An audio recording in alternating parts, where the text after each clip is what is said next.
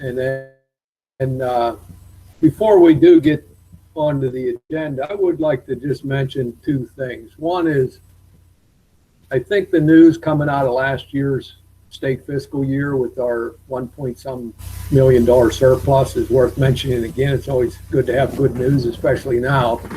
And, I just want to again thank the entire staff of the school district, from the top to the bottom, that, what everybody was able to do. And let's continue that culture of spending our tax dollars wisely. So just wanted to plug that, because some of the stuff on the agenda tonight we wouldn't be able to talk about if it wasn't for that good news of that budget surplus. So, and then the second thing, I'm going to focus tonight, just because we do have a surplus doesn't mean we're going to start spending money unwisely. So tonight, the couple of topics on the agenda, I do really want to focus on just completely maintenance needed projects that need to be done, within the next year or two, and then also any type of security project. So we'll keep that in mind going through the agenda. So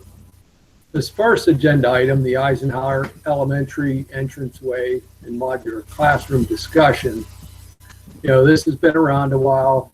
It does fall into the security area, so that's why it's on the agenda for tonight. We had spent time a couple years ago brainstorming what top projects we would try to tackle, and this was one of them.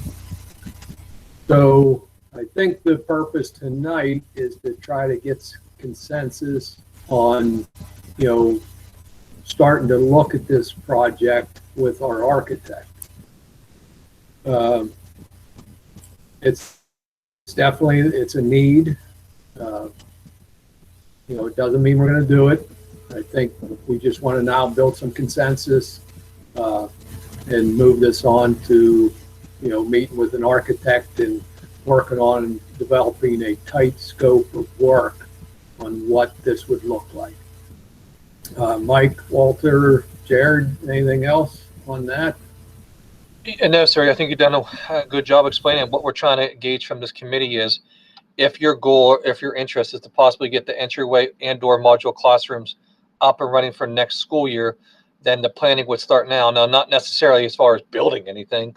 That would take a long time, but Jared and I don't feel comfortable moving forward unless the committee says they're comfortable with us getting an estimate for the work to begin at Ike to give us some layouts, some schematic designs, etc. And we just want to come forward to the committee and make sure the committee's comfortable. If not, then we will not move forward. But our goal, our thought was, we have an opportunity here to start doing some planning process in order to be ready for next year if the committee so chooses. If not, we're fine with that, sir. Fine with that as well, sir. We just thought we'd bring it up to your attention and the committee's attention as well, sir. Okay. I see, Barb, you came on. You're part of the committee, and you weren't on yet, but Tom had texted me and said he was traveling. He was going to try and call in, so I'm not sure he's going to be attending tonight, but we'll watch for him.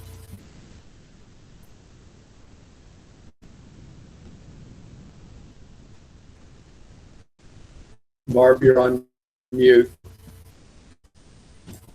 Oh, what's the question you want me to answer?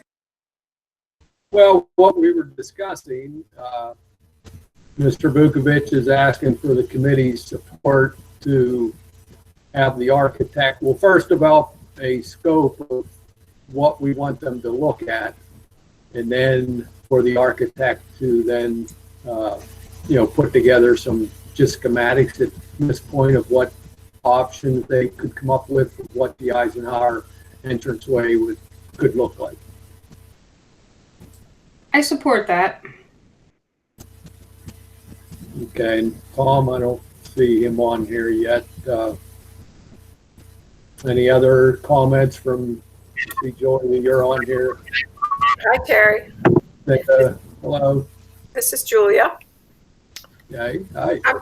Thank you. I'm really glad to see this on the agenda. I wanted to tell Mr. tell Randy that I drove by Eisenhower this weekend, and also I've been noticing the color on Ben Franklin. I think both buildings look terrific from the outside. That paint really helped, and it was nice to see the vibrant colors. It really helps them. So anyway, I walked around Eisenhower a little bit. I really think that the modular classrooms need to be replaced. They've been adequate, and I'm not putting them down. And I know they're kind of spacious. I've been inside them several times, but I think we need to figure out how to get that straightened out. It's just, they were never intended to last this long. And I think they're starting to look a little long in the tooth, to say the least. Okay, Cinda. Thank you, Joy. Couldn't find my microphone button. Sorry, Walter. I agree with everything that's been said. I think that we do need to start looking into doing Eisenhower. I didn't particularly care for the ideas that the architects from AI came up with. So I'm interested to see if the new architects come up with something different. And I definitely agree with Julia about the modular classrooms. When I toured that building, the modular classrooms are definitely in need of being replaced and with something more permanent. Okay, thank you, Walter. You had something to say? Well, obviously ladies first. No, I'm glad to see this thing kind of moving forward. I think we all were sort of, I'd certainly like to have seen something earlier, but with the COVID and all, I think it is time that we start to kind of come out of our shells again and start to make some of these other plans and take care of some of these other projects. So I'll echo, the thoughts already. I'm glad to see these projects on the agenda, and yes, I would fully support having our current architect put together some sketches or some concept drawings as to what how we might want to reconfigure that entryway, and or how we may want to replace some of those modular. Okay, thank you. And what I'm going to throw out now, since it sounds like there's support, did you have something else, Walter?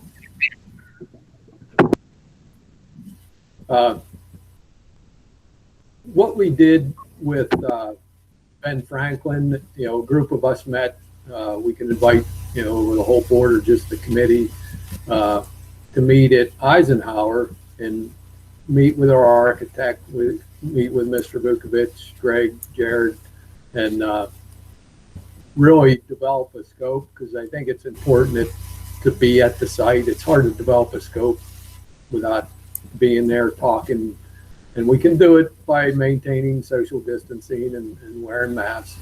So if nobody is opposed to that, I'll ask Mr. Vukovich or Jared to we'll schedule something. Yes, sir. I could do that, sir. And next, what I'll do is we'll throw out a couple dates to the committee as well as the architects. And we'll be in touch later this week, sir. Okay, sounds good. Can we move on? Go ahead, Barb. I think that's Mr. Crow now. It is. I apologize, Mr. Kerr. I just wanted to ask: are you okay if, because in order to actually engage the architect and spend, have them spend some money and time on this project, are you okay if they come back with just a proposal for schematic design work, not to exceed, and then we meet with them and engage them in the project details and everything else as a group? But at least we have something for them to get started that is board approved, because they will charge us even to come and just walk through the project itself. If we just have an upper limit that gives everybody to go ahead and we can start to work on it. Yeah, I'm good with that, and that's a good point. I mean, we need to put the horse in front of the cart. So, Yeah. And I did talk to them today, so they, and they had been there already because they had originally came and walked through the buildings after we hired them. Not to necessarily talk about individual projects, but just to get a feel for the buildings. So I did have a conversation with them today, and they feel they can have something prepared for board approval for Monday night. Okay, sounds good. Thank you, Jared, for catching that. Moving on to the non-agenda items, the East Pike entranceway update. I'm guessing Greg is going to give the update for that. I did ride out there Friday and just. Yes, Mr. Carl deferred it, Mr. Trout.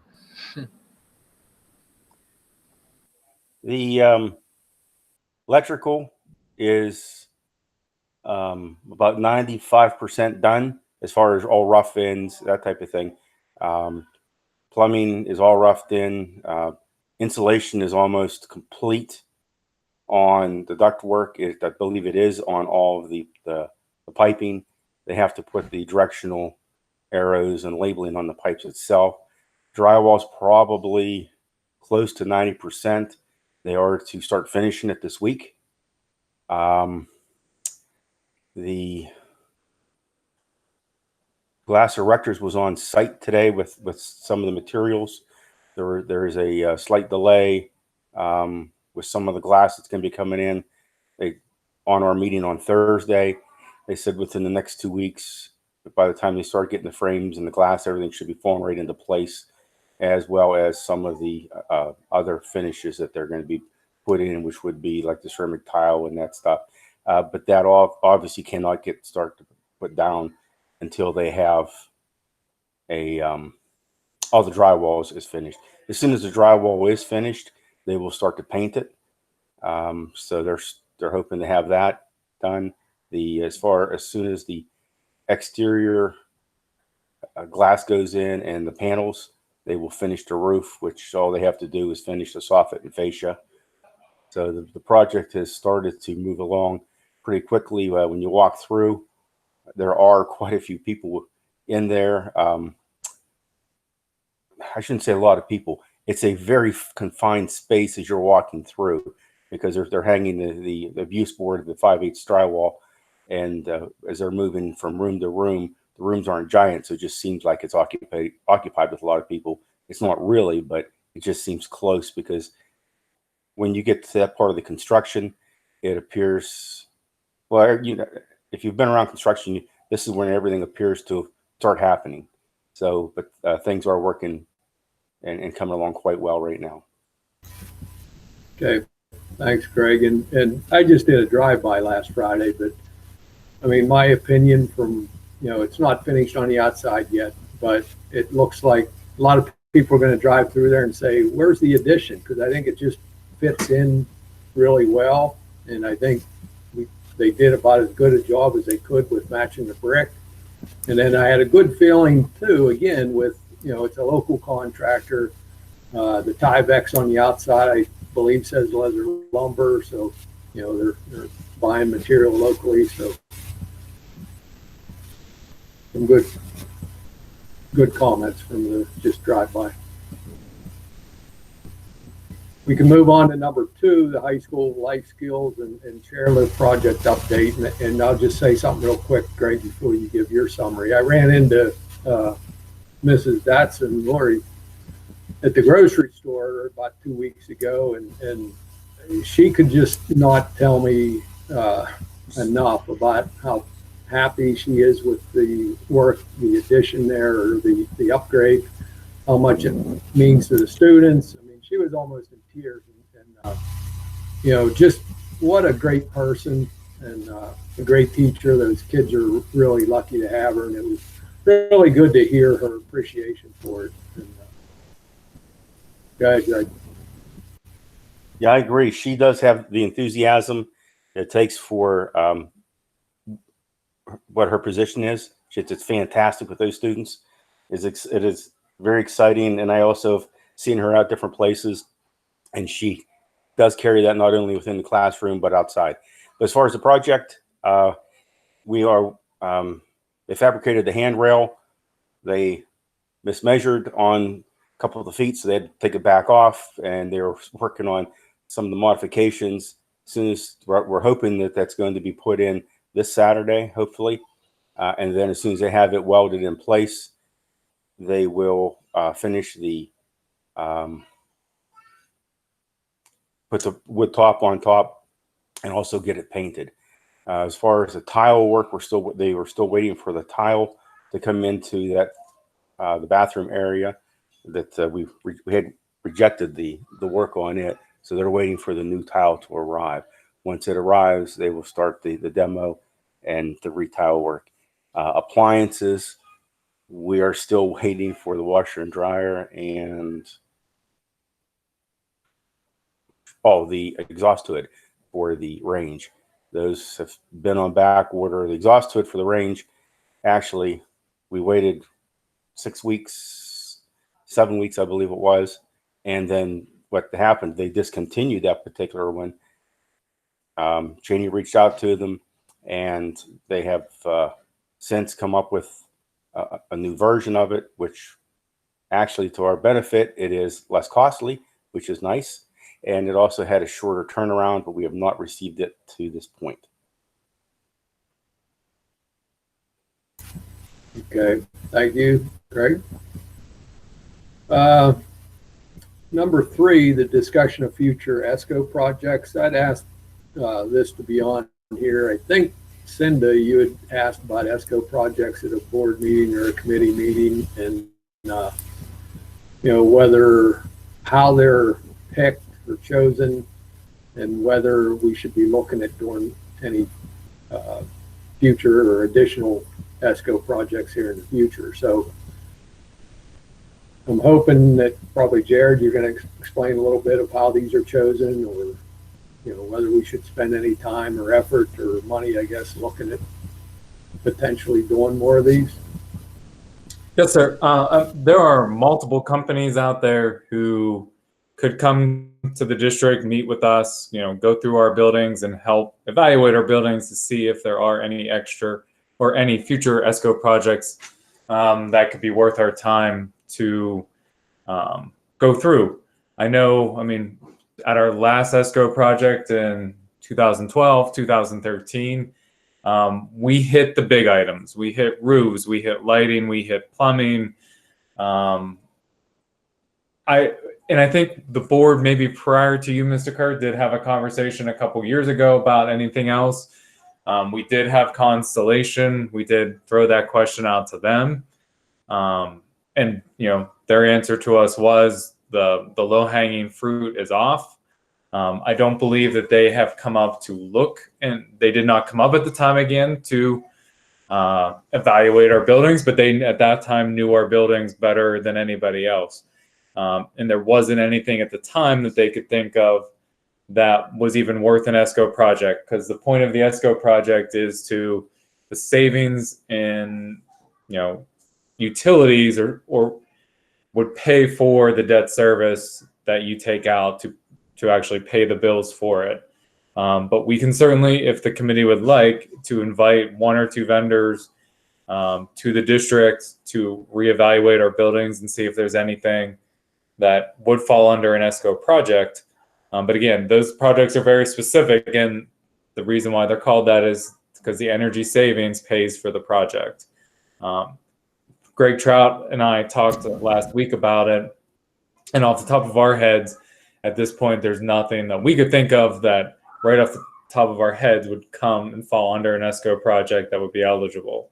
Like I said, not to say that we can't have somebody who's an expert in that area come and evaluate our district again right now. Do they do that evaluation for free, or is there a cost? I would say they typically do it for free, because they would like to then, if there is a project, they would like to be your vendor who manages the ESCO project, and that's where they make their money. And we can certainly ask that question. I have a list of a couple vendors just from going to different school district events that I can reach out to, and I can certainly ask that question before we would invite them up if their visit is for free. But I would say more than likely it probably would be just on the hopes that they would be chosen as a vendor to manage the ESCO project itself. Right. And that's what I was thinking too. I know Penn's Manor, I think within this year, they just are going through this, and I forget who their vendor is. But I know Tom also mentioned, the improvement in some lights since our ESCO project. So, I don't know if there's an opportunity out there or not. And then I'm guessing too, it sounds like we're going to at least have our architect look at the Eisenhower entranceway and the temporary classrooms. So would they look at that? Would they look at Eisenhower for ESCO, or would this consultant be the better person to look at it because they do this every day? I would say these consultants who work with these, and maybe our architects are experts in ESCO. I don't know that for sure, but there are certain construction, contracted companies out there who their focus, at least in school business, is ESCO projects, and they know it not only from the energy side, because a lot of them also are kind of energy dealers, so they understand reductions in how to reduce your energy costs and procurement of energy. So they kind of, in my mind, have their heads wrapped around the entire thing. But we can certainly ask the architects too. Yeah, I mean, I'm thinking the same thing too. These consultants do this every day, so they may be the more experienced. But go ahead, Walter. I'm sorry. Yeah, that's okay. I'm sorry Tom isn't on this call, because this really does kind of get into his level of expertise. But what you're essentially talking about, you actually can do. It's not the same as an ESCO, but it, from a legal point of view, but it is similar in its end results. You do kind of an energy modeling, and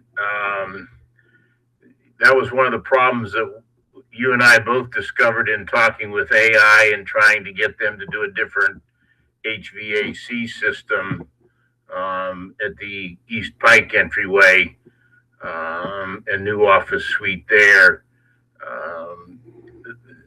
I think that, and I'll certainly defer to Tom as to the proper way to go on this, but I think one of the things that we need to have part of our discussion early with this new architect firm is to make sure that they understand that we're very serious about looking at some of this long-term costs, and get that right out of the gate.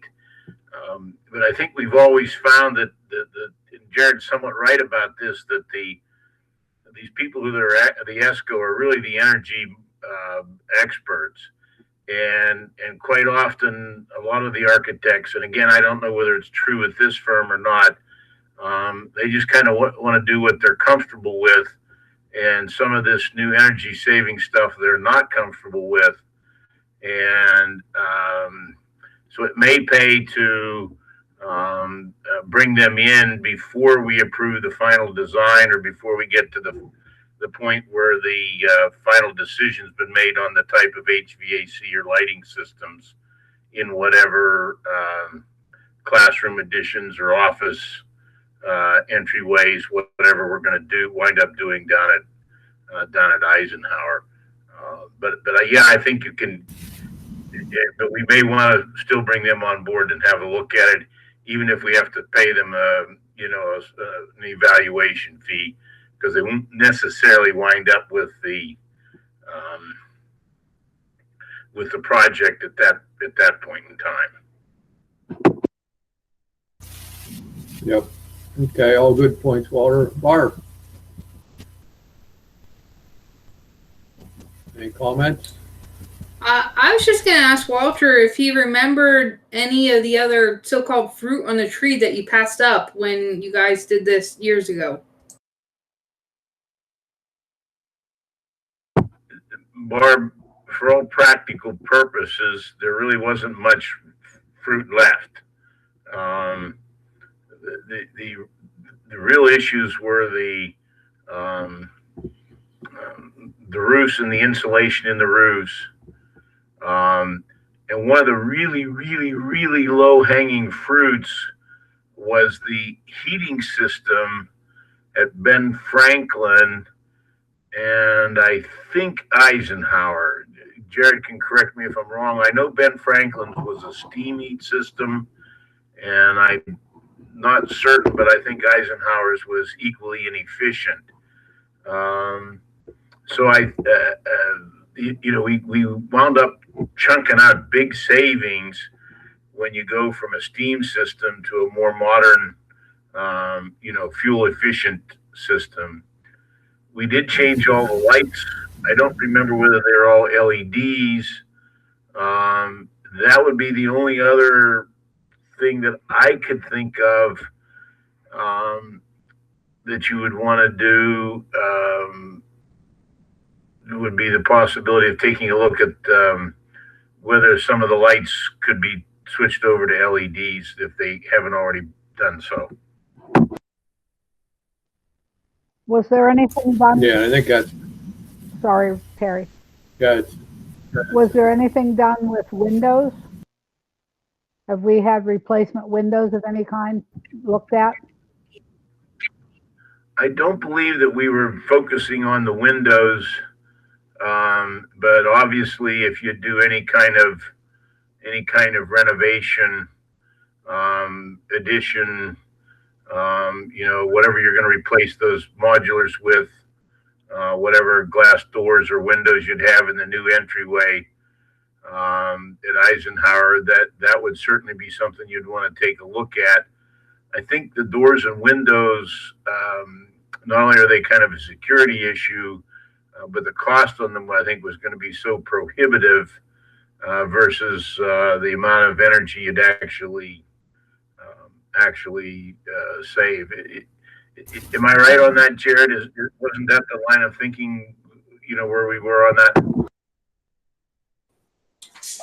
I don't remember, sir. Maybe Greg does. I kind of came in after the ESCO project had been approved and was already being worked on. So Greg might remember some of those preliminary discussions. Not to put him on the spot. Yeah, the windows were not looked at that time. A lot of the doors were. And that was with the weatherization part. They went around and sealed along the tops of beams and around the roof lines. They sealed those. The LED lights, no, they were not looked at that time. It was too cost prohibitive.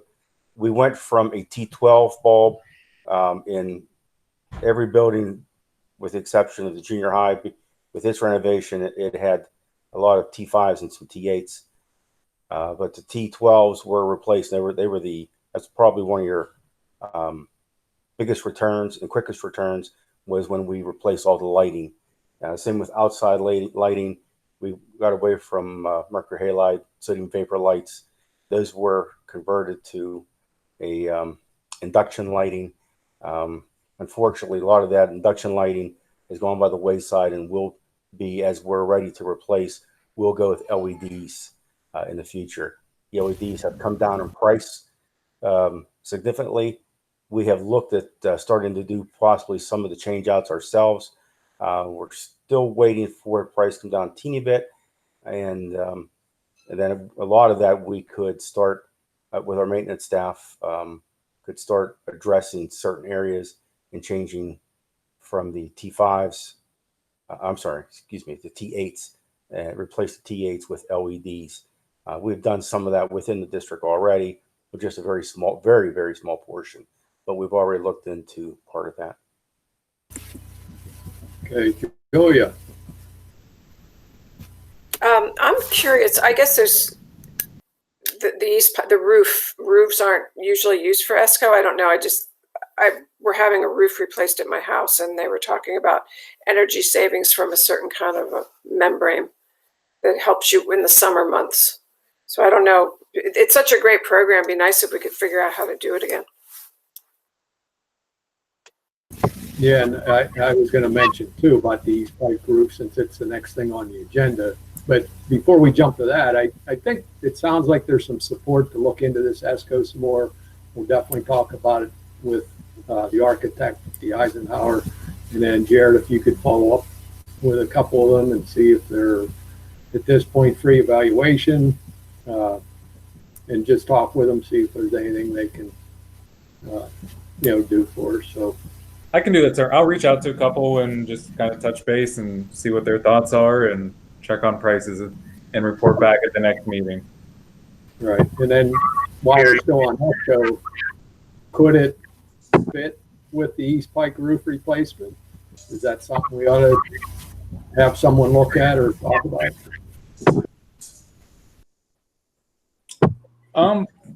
Yeah, we can certainly, I mean, we can throw that out as a project in our initial conversations with them to see what their thoughts are. Terry, this is Walter. I think, if I remember correctly, the roof membrane itself, I think what Julia was addressing was if they went with a white color versus a black, or the darker gravel absorb more sunlight during the summertime. But I think where we really were able to make the new roof replacements part of the ESCO, we had to put some money in for the roof membranes themselves. But what we did was we upped the R value of the insulation underneath those new membranes, and then that helped get that to qualify as part of the ESCO. And particularly if we go with a, like we put on the high school and a couple of the other elementaries, not a rubber roof, but that other, I'm not sure what that product is, but if we can, jack up the insulation on that, that may very well have some energy savings. The question is going to be how much, and whether it is enough to pay for the additional costs under a formal ESCO project or not. Right. And that one of those consultants would be able to tell us that. So, I mean, it's worth asking the question and seeing if there is anything. I guess I agree. I agree, Terry. It absolutely pays to ask that question and try to figure that out now, particularly if you're trying to, we start into number 4 and start taking another serious look at that roof replacement. I agree. Right. But I guess my question too, and I'm sure this is a interest to Julia with the audit and finance, to go into an ESCO project, do you have to borrow money, or can you use money that you have on hand and still participate in an ESCO project?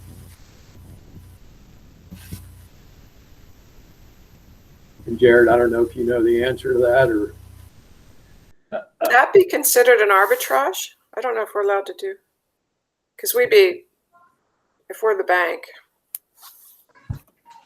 I'm not sure, sir. I know there are certain lending, tax-free lending that is allowed through ESCO projects.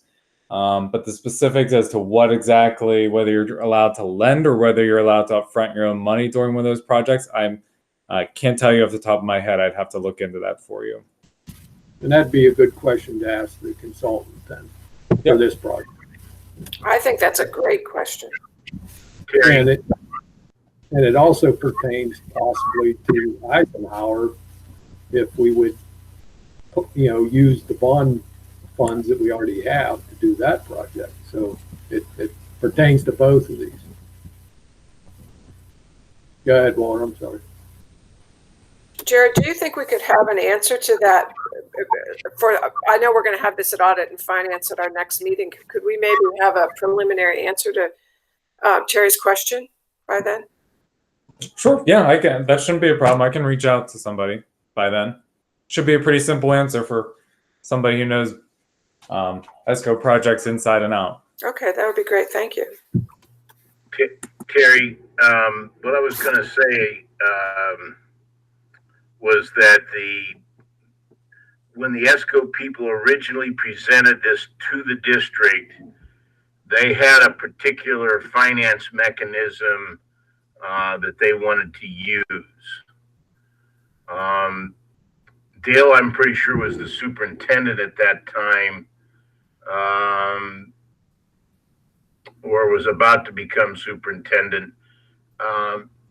He reasoned that we could just borrow the money on a straight bond sale and be able to do it that way. So I think there is some flexibility in how you actually finance these. I think the real question becomes one of how do you get the capital money up front to pay for the repairs? And I just, my understanding at that time was that there's multiple ways that you can in fact do that. Okay. Anything else on that? If not, I'll move on to number 4. When we discussed this months ago, there was some questions of how many bids that we could get for the roof replacement project. And like Walter had mentioned, there's 2 different types of roof material. So some of the board members thought that we should have 3 separate bids for each of the types of roofs. So that would mean 6 estimates from, however many contractors it would take to get those 6 estimates. Because, and I agree, it's always good to have more than 1 estimate and more than 2 estimates. But I thought I heard Greg at that meeting say that, he wasn't sure he was going to be able to obtain that many estimates. So I'm thinking, Greg, you're going to talk a little bit about how you would go about getting estimates for the East Pike roof replacement, and then how many estimates you think you could get for each of the 2 types of roofs material. Yes, if we're going to go through the state bidding and use CoStars or one of the other process that we can use for state funding like that, we can get it. No, what typically happens is they are territorial. So we could, and the further you go out in the territory, the higher the labor costs usually end up to be. So, I mean, we can get the multiple bids from them once we decide. But if we want to go both ways, we can still go both ways. We know what the minimum insulation is, so we have at least that as far. Once we have a given spec for each side, which we do now. If you want, I can go out and start. I can contact the TPO companies and say, okay, this is what we're going to use for. Like Duralast was the TPO company. So if we're going to use Duralast, let's say that was the white roof that we put on the other buildings. Blair Roofing is one. We had C.E. Davis, and then you start moving out further and further out of towards maybe either Pittsburgh, State College, Harrisburg areas, et cetera, et cetera. So there are only so many companies that they let their territory, unless it's changed, that I'm not aware of. But the way it has always been in the past with that style roof, you have X amount of certified contractors that can put that style roof on. Greg, this is Walter. I have a question on that. Typically, if a company comes out with a next thing since sliced bread project like the Duralast, other companies will come out with a very comparable product basically made out of the same material. Are you aware, and this is really my question, are there any, or are you aware of any other competitive products to the Duralast? I understand exactly what you're saying about the labor cost, from one dealer to another as you get further out. But would there be other producers of a Duralast type of roof or Duralast type of materials that maybe you could find a closer contractor to bid it? Yes, I can definitely look into that and see what our options are as far as very similar products. Of course, we want to make sure that the slimmer product is going to have same kind of warranty and also support. And then I can also check into if there is one that's very similar in nature. We'll find out what the ratings are as far as responses from. I can get a list from each vendor and ask for names of, let's say, schools, malls, colleges, anybody that's had it put on. I can check and then start going through the process of checking and see, with satisfaction and how the company itself, as far as each vendor, as well as the product itself, has been supported and is sustaining itself. And Just to- go ahead, Jerry. Just to clarify, though, I mean, Greg can go out and get all the estimates that he can, but none of those will be valid. They may give us an idea as to what we're looking at, but as a school district, and we all know that this project's going to be anywhere between, we're looking $500,000-$700,000. An actual formal bid is required, where we have to advertise in the paper, we have to have bid documents. So at that point, we need to pick what type of project we want, because estimates are not valid. If somebody would come and we would award a project based off an estimate and another competing vendor would complain, the district could get in trouble for that. And in order to award a project of this size, we actually have to go through a formal bid process. So I don't want to waste Greg's time. Maybe that's what the board wants at this point, is just estimates. But whatever estimates he gets are not valid until we actually bid the process itself. So I don't know which direction we want to go with that. No, that's good to know.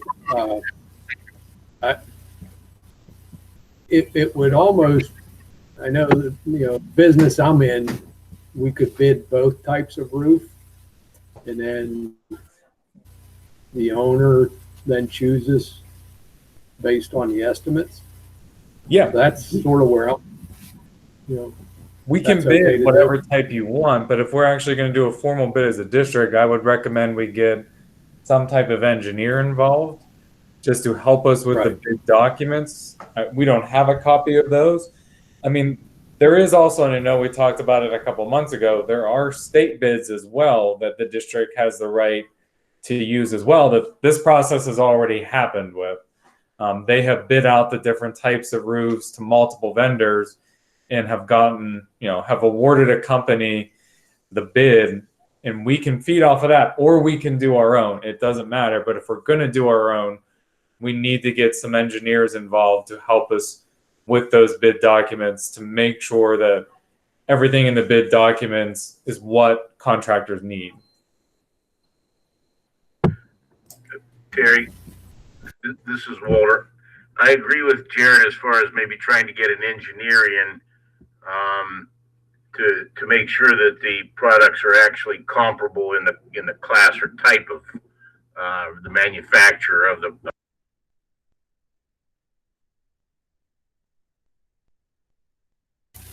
you're muted, Walter. I don't know why it keeps doing that. I absolutely agree with Jared that we need to maybe get an engineer to verify whether one product is comparable to Duralast or not, to make sure you're comparing apples to apples and oranges to oranges. That's absolutely critical. I think that's, absolutely essential. All I was trying to do when I was mentioning the competitive products, though, was if we're struggling to get sufficient people to actually bid it, and you prepare the bid document so it wouldn't be necessarily for one particular brand name, that we might get some additional bidding from other contractors that are handling different brand of project. That's all.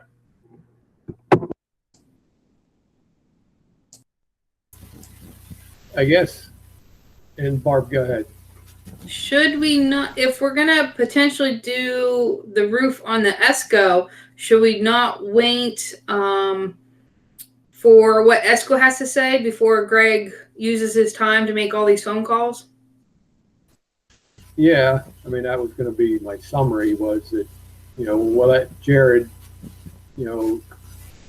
contact, an ESCO company or two, talk it over with them, see if there's potentially any savings but the other part of this, like I asked too, is if we want to borrow money to do this, we would have to, based on this ESCO. So yes, the ESCO thing is important that we get a couple of questions answered there first.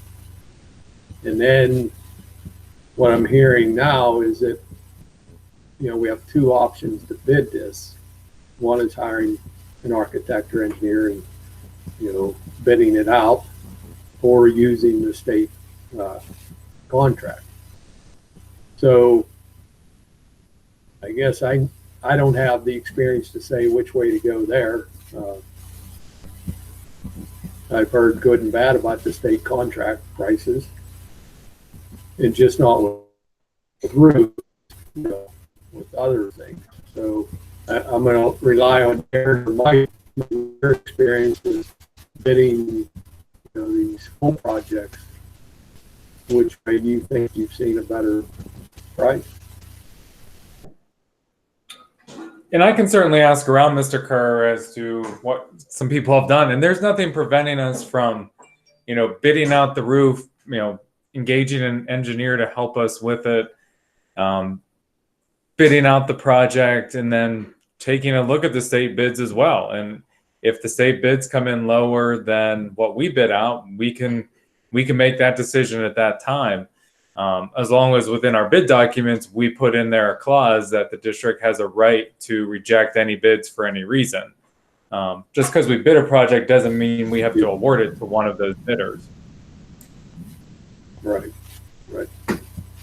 Okay, Barb, you have? I have a question for Greg. Greg and I talked about the swimming pool as per our last meeting. He gave me a call, and I asked him about the repair on the East Pike roof that we had approved. And Greg mentioned that there was another leak and they came out or were coming out again. And I just wanted to ask Greg how that second repair went, if it happened, and if there was any conversation that went on.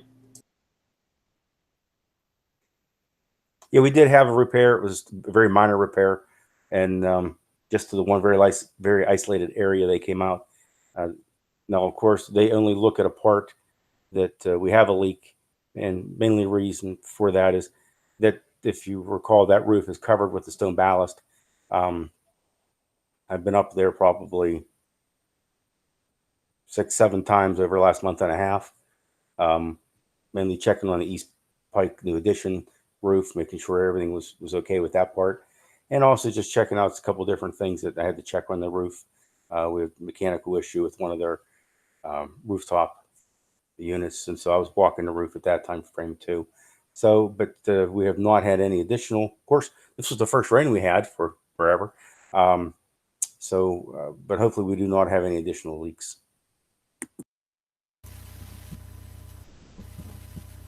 Okay, any other comments? And Julia?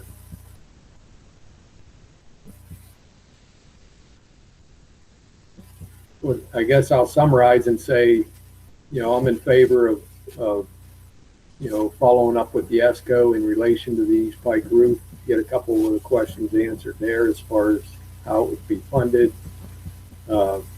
whether it's a potential project or not. And then, either at the next Building Grounds Committee meeting, talking about a motion to move forward with getting bids for this replacement for the summer of 2021.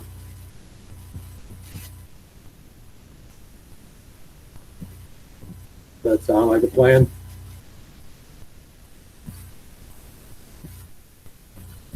Sounds good to me.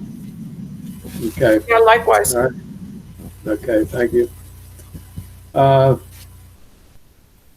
Moving into the number 5, this has just been a topic that's been on the news, been on the internet, in the emails and stuff, so I just wanted to sort of put this to rest of whether there was any advantage to doing this. And Greg, I think you're saying that maybe we already have some type of system or something that's comparable to this, or something I may have misunderstood, but you want to comment? No, we don't have anything that in any of our systems, whether it was the UV or the bipolar or needlepoint bipolar ionization. We did get prices, and I believe I mentioned this last time. That's something that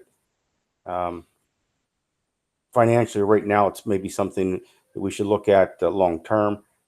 That's not something that would be any kind of a savings for an ESCO. So that would be something that definitely, if it's included, it would just be an added item, but would not have any recoverable ESCO money. It would just be an extra expense. Yeah, and that's right. You are going to look at, prioritize maybe where this would go, and then put some dollar figures to different phases of, different parts of buildings and such. That's right. Do you have anything to share with us in relation to that, or? No, not yet, because have not got all the sizes of all of our equipment to a couple of vendors that are supplying us with some pricing. We have quite a few different sizes of units, and we have not been able to get them all out to the different vendors. And some of the vendors like to look at them themselves, even though we provide them, unless we have the exact model and serial number of every single unit, they like to come out themselves. And some of them are being held off by their employers because of COVID, not wanting them to do visits currently at this time. Okay, thank you. Well, we'll carry that on to next month's meeting. And then the last item on the agenda is the deferred maintenance list. And I started out the meeting by saying 2 things. One is I gave accolades to the whole entire staff with the way we ended up the last fiscal year. That was such good news. I thought it'd be good to talk about and share it again with the surplus. And then the second thing I said was I really wanted to only focus on absolutely necessary maintenance topics at this time and security topics. So I'd asked the administration to, since they're, Greg and Cheney and Jared especially are the closest to this deferred maintenance list, of what they felt district-wide was the top things that would fall into that category. Needing maintenance now instead of later, and security. So I guess this is the list that you guys have developed. The Eisenhower entranceway is on there, the replacement of the modular classrooms at Ike, the East Pike roof replacement, the electrical panel upgraded Horace Mann, the high school turf, and moving the nurse's office at Ben Franklin. And most of those have estimates associated with them, except for the classrooms and the moving the nurse's station. And then, Jared, you must have put of how you would suggest funding those. And then down below is a list of some 1 to 5 year potential projects. And I'd really like to just focus on the upper ones for tonight, and let's try to not complicate this, because the list gets too big and then it gets too complicated and stuff. So, and we don't have a lot of money, and with this. Terry, can I add something? Go ahead, Mark. The priority 1 to 5 years. Can you scroll down? It says soften fascia paint a horseman. So I've noticed there's bats in the roof at Horseman. I believe that's where they're coming from, which would probably come from an opening in the soffit. And I remember a few years ago they said something about something needed replaced and painted up there.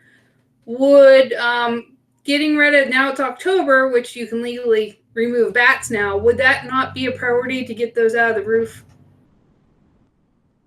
Yeah, I would think we could get the bats out of there and plug up possibly any holes. That's pretty high. That whole ward is full of bats.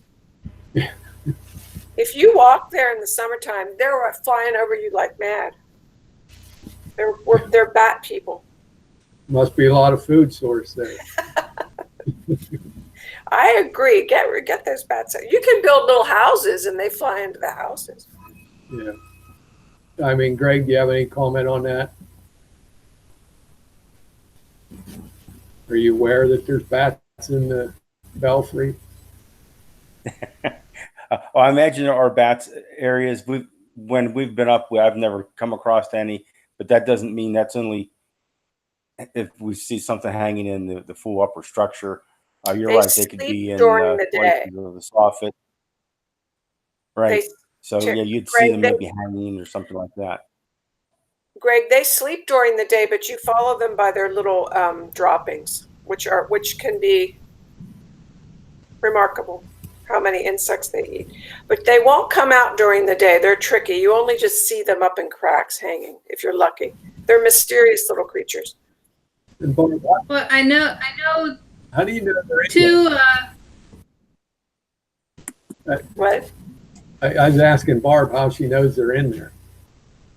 You can see them. I was over at the school in the evening hours because that's when they come out. And a neighbor mentioned about them coming out from the top, and 2 classrooms had bats in their the flew into classrooms during the day. I could be an expert on them. I have 1,000. It does work. If you put a box in the middle of the room, it's not too deep, they'll fly in the box. I've had to do it. All right, scroll back up, Randy, and let's try to get through this top list of. Thank you. We've already talked about the entranceway in the classrooms at Ike, so we can scratch those off. That at least we're going to get a quote from the architect and then meet with them to develop a tight scope for that. Look at options. We just talked about the East Pike roof replacement. And again, Jared's going to follow up, talk to some ESCO consultants, see what we can do there, and then look at either hiring an engineer architect and putting that out to bid. So the 3 bottom ones, the electrical panel upgraded Horseman, I know, Greg, you've talked about this several times. Here it is another year later and we're still talking about it. So these bottom 3 things, the high school turf, it's really going to tell us when I think at some point we're not going to have a choice with this. So we just have to keep this on the radar, I guess, or are you suggesting, I guess, Greg, at this point, or Jared, I'll turn this over to you and to talk about these 3 bottom items, the electrical upgrade, the turf, and the nurses station at Ben Franklin. Yes, sir. Greg and Mike and Shaney and I met on Friday to put this list together, And really, Cheney and Greg did the bulk of the work because they are the guys out in our buildings who know exactly the conditions and what needs done. So like I said, we talked about the top three. I'll let Greg kind of talk about the electrical panel and high school turf. And then moving the nurse's office at Ben Franklin is really an item that all four of us, including Mr. Vukovic, feel pretty strongly about getting done as well. And I can let Mr. Vukovic, he may want to talk about that as well. But Greg, do you want to talk about the electrical panel and the high school turf?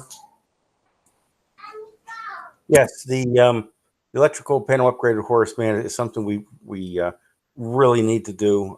That's been one of my top priorities. That I felt that we need to get an engineer involved to find out what we're going to need to do as far as replacement. That's something that they definitely are going to have to be involved in. We also should look at, when we do that in our discussion, is make sure that it's going to have enough capacity for anything we may want to do with that building. So that's something, like I said, we definitely need to get an engineer involved in that one. As far as the turf, we are at the end of its life. So whenever the board makes the decision that they would like to replace that, then definitely that one should we should proceed on. It is have obviously shown a lot of signs. It is the thickness of the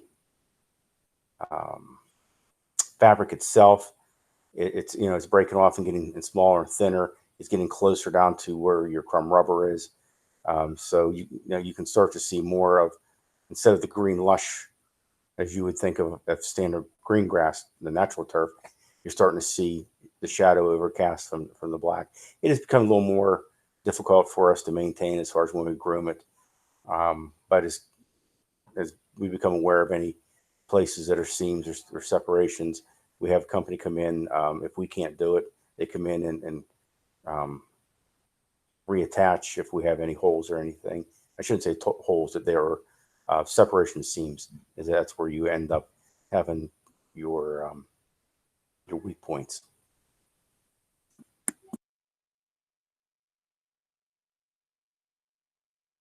Terry, may I ask a question? What might be more of an emergency that right now, according to Greg, of the three, the high school turf, the Horace Mann upgrade, and the East Pike roof? I mean, which do you think is the most imminent of problems? Well, Which three, Julia?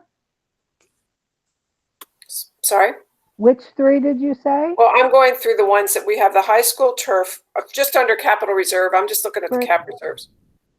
So we have the East Pike roof replacement. We have the electric panel at Horace Mann, and we have the high school turf. And I'm just curious, how would you rate? Are they rated already in the order of need, or is one really outpacing two of the others?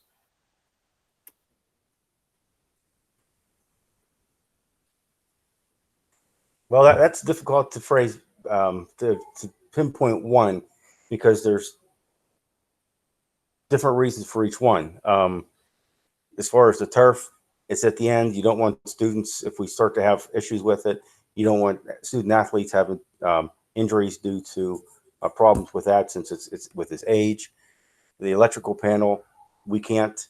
If you ask me to add a toaster to that building, I would not be able to do so. We just don't have any circuitry left. The switchboard itself has been obsolete for years. So it's definitely, and we've had issues with it, safety issues, where we've had a vendor come in and make some necessary repairs until we decided to go forward. And the roof, there again, you never want to compromise all of your building if you're going to continue to have roof leaks, because then you can damage, especially that roof, because as you look up from the ground or in a classroom and look up, what you see is the bottom part of your roof. So it's not like you have a drop ceiling where you can say, well, I can replace those ceiling panels you can't replace those beams in the same manner. And if you did have to replace them, it would be extremely costly. So you've three completely Okay. different Well, items. may I phrase it this way then? If we were to have a really bad winter, because we haven't had one for a while, let's say this winter it gets pretty brutal. There's a lot of ice and snow and bitter cold, more than we've had for the past 2 years. Do you think that the turf can take another year of that, if that would happen? I don't think that the weather would play as much of a factor into its longevity as far as the turf. The turf is not used during the winter. If it is snow on top of it, there shouldn't be anything to deteriorate at a faster pace just because you're having snow or freezing rain or ice on it.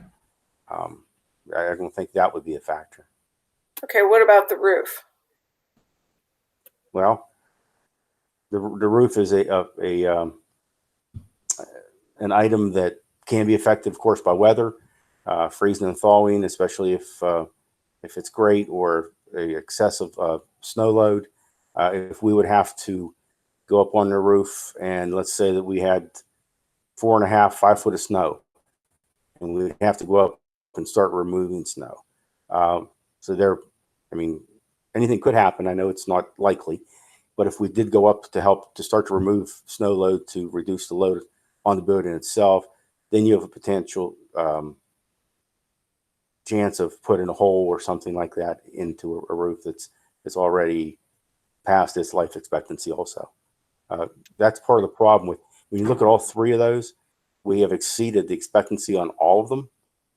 So that's what makes it difficult trying to pinpoint an urgency between the three of them.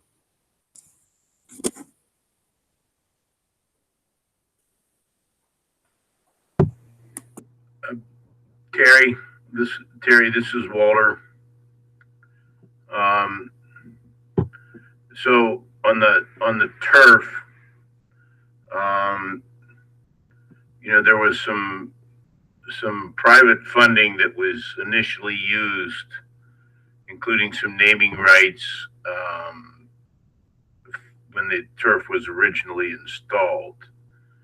And I think what we should probably do is to look into whatever those naming rights for the field arrangements were made. I'm not really sure what those details were, but I think before we commit to fixing the roof, we should start a capital campaign and take a look at whether or not we can't resell those naming rights to help fund the replacement of the of that turf. Now would certainly be the time to start that process, rather than either after we replace it or while we're in the middle of it. I kind of know where Julia's going with her question. If the weather's not going to affect the high school turf, maybe that's something that could be deferred a little bit longer, particularly if the roof replacement is that critical to the structure. And that's certainly a great question to ask. I just think we need to, though, take another look at how we could raise the funds to replace that school turf, and look at some outside sources rather than rely on the taxpayers to simply take a hit on that again. I mean, because I'm thinking if you take that turf out, if you could possibly delay it, Terry, you've got, we may be in a position to make a nice contribution into the capital reserve this year. And I think we have to start thinking about that. As I said, I think at an earlier last meeting, that the 8 plus the 250 is sort of, it may be within the realm of possible this year. But putting that turf on, that makes it rough. Yeah, and I agree. I mean, that's where I'm at. I think I feel we have consensus to do the East Pike roof. The electrical panel, I understand the need to do that, but it's functioning, and we just know that we can't add anything else there until we get this panel replaced. So there's sort of an outlet there to take care of that for now. We just know that, you know, it's at its limit. We can't do anything more. And then, Walter, your point about the turf, I think that's a good one. That was talked about a couple of years ago. So I guess we'll ask Jared and Mike to look into, you know, I don't know either if there's a written agreement with those naming rights, and is there an expiration date with the naming rights or whatever. So then, if that's a possibility, I would suggest that we throw that to the outreach committee to explore some type of fundraising. I see you have your mouth covered up there, Walter. No comment. Barb might have a comment, but I think that fits in that wheelhouse.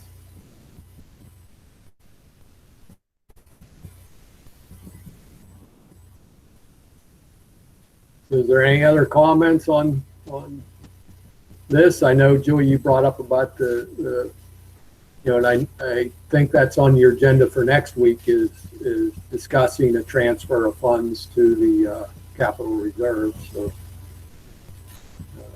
Yeah, we're going to discuss that. And I think, you know, there's some talk, you know, I think a lot of things would have to line up for us this year that would work well, but we may be able to put, you know, 1.2 million perhaps, or something like that. I mean, I don't know. We'd have to talk with Mike about it in committee and Jared and well, everybody. But I think we're closer to it this year than we've been for years of being able to do this. And, you know, just looking at it for me, I think the East Pike roof is probably where we're going to have to look and hope it comes in a little less and doesn't go over budget. That's what concerns me is, you know, stuff gets out of hand, but we're starting to get our finances to the point where we can do something here. So, yeah, we're discussing it next week. yep, that's good. Yep, that's a good thing. All right. Anything else for the good of the order? Anything on this? Anything more? Would it be possible to have a copy of that spreadsheet emailed to us, please? Yes, I'm sure. I'll speak to Jared. Thank you. And Yes, then, Mrs. Bird, we can share it with the entire board. and then the Eisenhower entranceway estimate of 700,000 says that was a 2015 estimate. Were there any estimated amounts that we have from AI for a new entranceway? I know There's not, ma'am. We never took it that far with AI. They were working on some designs, but we never got actual estimates. Didn't they have some ballpark figures? I would have to double check. I was looking through all my paperwork. I pulled that estimate when we actually put it out to bid back in 2015 when we put East Pike and Eisenhower out to bid at the same time. That's where that 700,000 came from.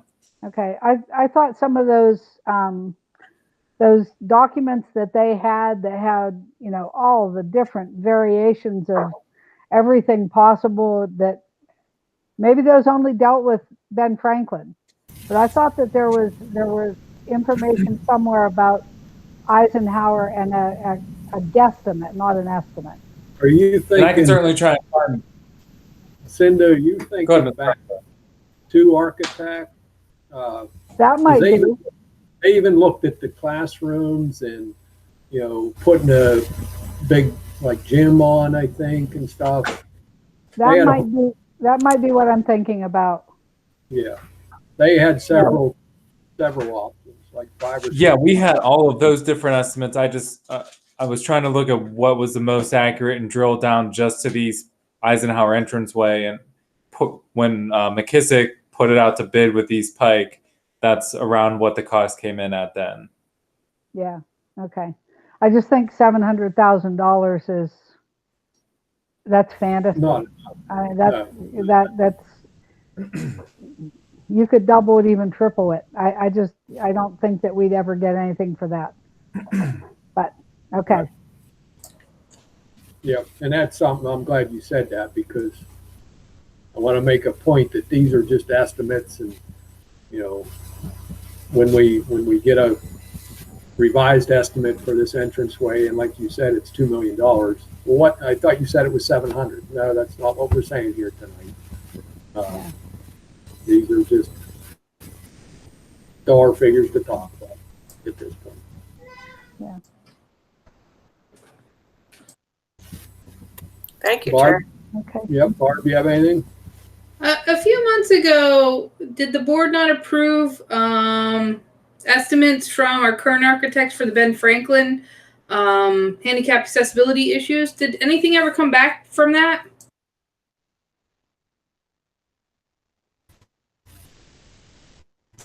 They sent some options for the different options. Ben Franklin, you said, for the wing access? Yeah. Yes.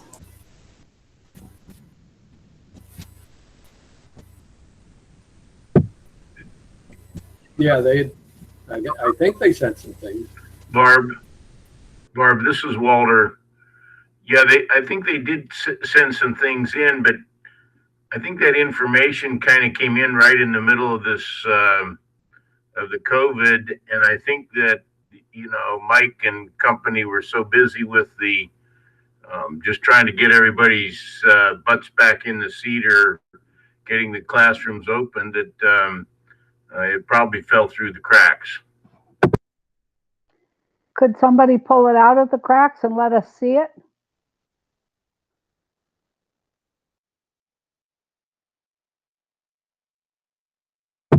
I don't see why not.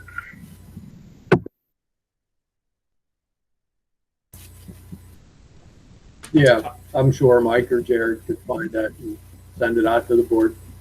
But we, again, and this is just my opinion, that's why I wanted to just focus on this small list tonight. And let's not get carried away or whatever, but no, we should share that with everybody, the Ben Franklin information. I want to try to stay focused and stay small on the projects, number of projects. And keep it to what's absolutely is necessary at this point to see how we make it through this next however many months it's going to be. Terry, my focus. Totally agree. Sorry, Joy. I totally agree, Terry. Yeah, my focus, Terry, it really is with the bond proceeds and Eisenhower, not because I think those modular classrooms just have to be eliminated. But I feel as though we don't want to get bogged down. I like this smaller list because we don't want to get bogged down logistically of trying to oversee and do our due diligence on all too much more than this. I don't see how the board could do it, let alone everybody else that would have to run around. So I think it's a sensible project list for the 1 to 2 years. Thanks. Okay, thank you. Jared, do you have anything? No, sir. Okay, your mic was on, so that's why. Okay, if nothing else, thanks everybody. I thought it was a good meeting. Good night, everyone. Night. Okay. Thank you. Hey, Michael, can you stay on for a minute? Thanks, Gary. Good job.